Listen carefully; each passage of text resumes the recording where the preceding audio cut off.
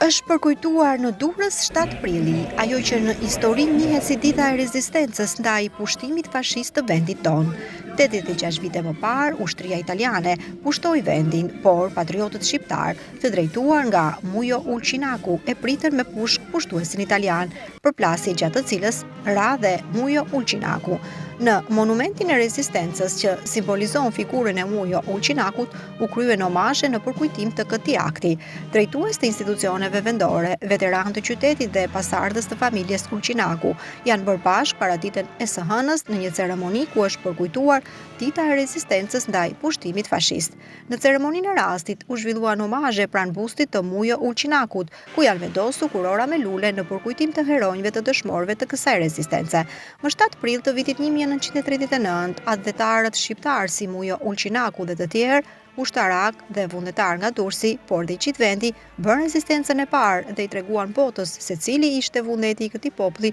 duke kthyer 7 prillin në ditën e parë të rezistencës antifashiste të popullit shqiptar, duke vendosur me sakrifica dhe gjakun e tyre vendin tonë dhe anën e duhur të historisë. Ishte jo vetëm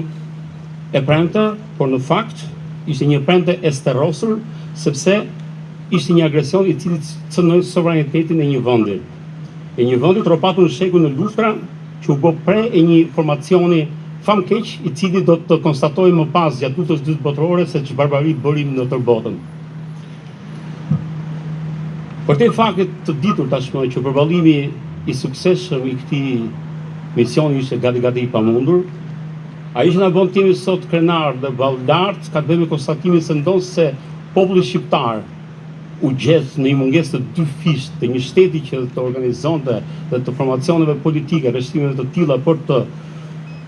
mobilizuar, që diçka shumë e madhe që u ngrit mbi ta dhe e plotësoi këtë vakum në mënyrën më të mirë.